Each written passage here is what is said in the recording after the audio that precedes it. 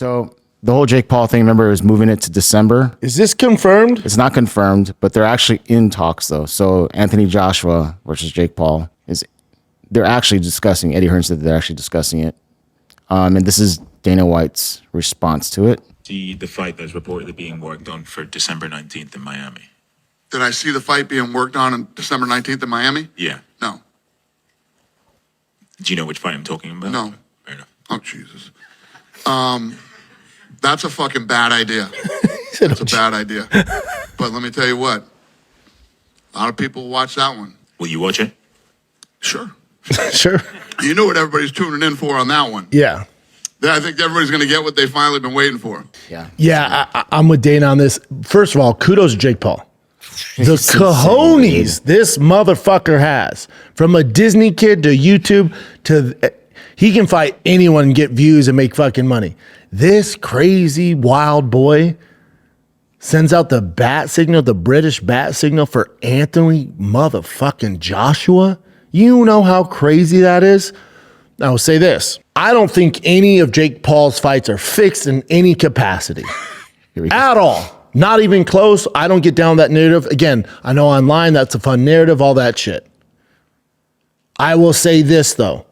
My Spidey senses will go off if Anthony Joshua doesn't absolutely mop the floor with him. Now, kudos to Jake for taking this fight. My God, dude, you are a brave young man. You deserve every cent for that fight. My word, dude, there's so much respect. So much respect. He worked so hard at the craft.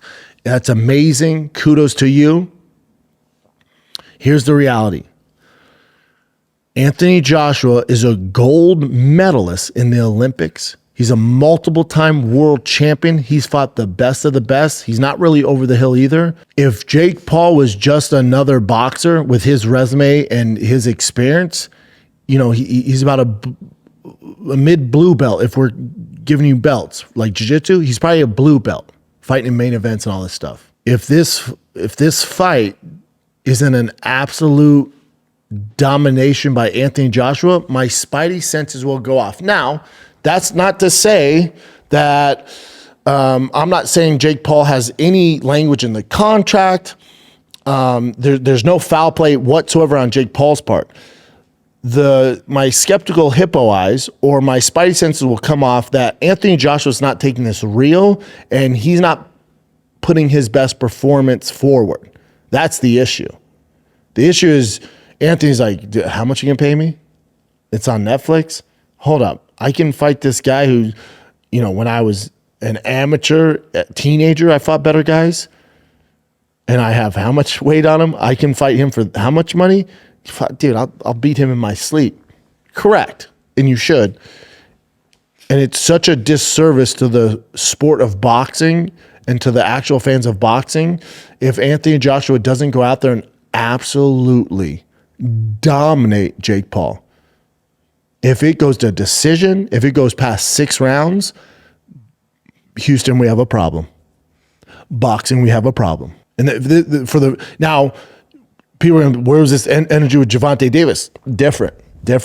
You're talking about a very, very small guy. I've worked with Gervonta. He's fucking tiny. And size can overshadow a lot of that stuff. I still think Gervonta should still win that fight. And the body shots, if he's taking it seriously, that should have got the job done. But obviously he has his legal issues and that went out the window.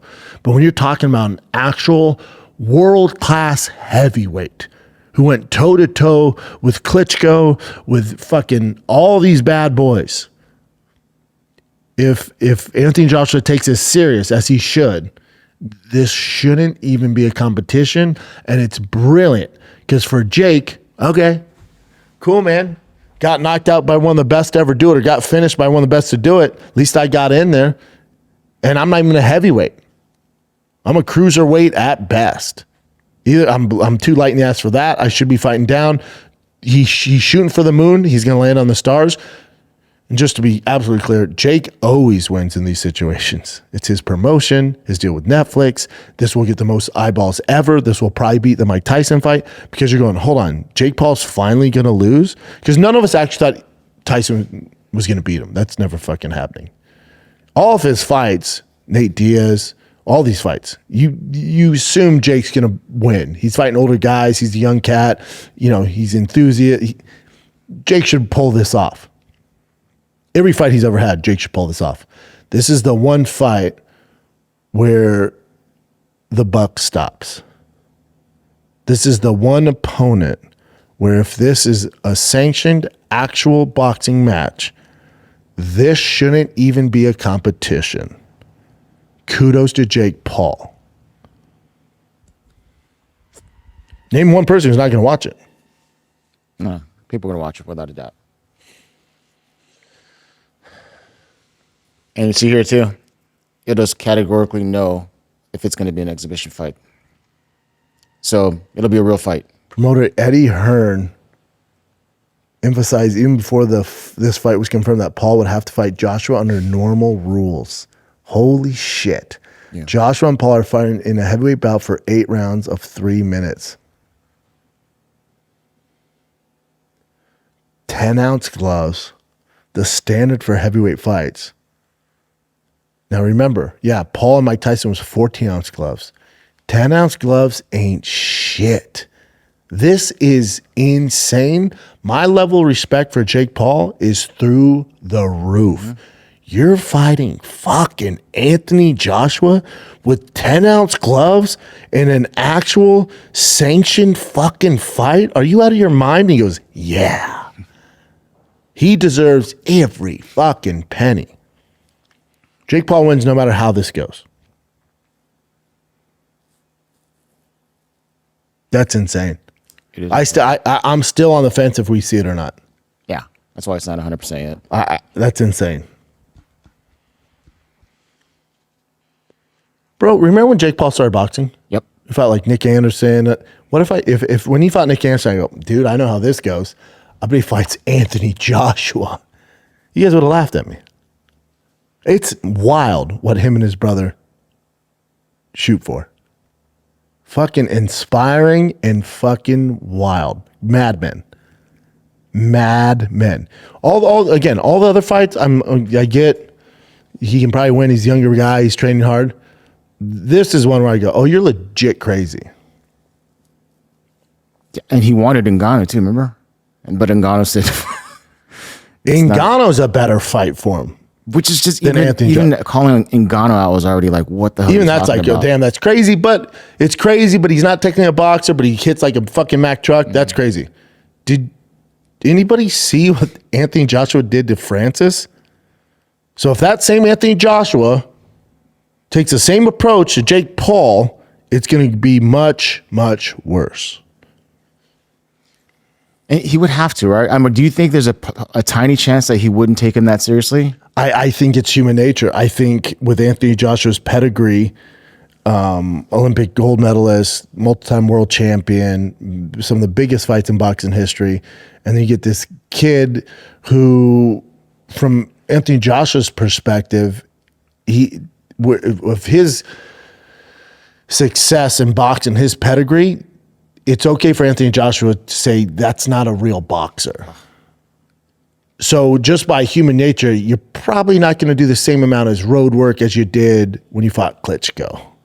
You're probably not going to have the same diet as you did when you fought, Andy Ruiz. And also, like with Francis, you could see he took it serious. All right, this is a big, strong dude. Went 12 rounds with Tyson Fury. I'm going to put this to an end. I'm going to take this serious. Because he is a big dude, and if he does land, you're going to have problems. And Joshua's had issues with his chin before. So he took that dead serious, and you see what happens. With this one, I can see him taking the foot off the gas a little bit. Kind of see that, but then if he lost to Jake, that would probably just be so devastating. Like he has to take it really seriously, I would imagine. But I do understand the human nature part of it. Like no matter what, I'm going to win this fight. I don't know what the biggest underdog in combat sports is, but it should be this. Anthony Joshua should be a minus 50,000 if this is a real fight. I wonder if there's any opening odds. 1,000 favorite right now. And Jake Paul's a plus 550. Even that. That's too little. That's insane.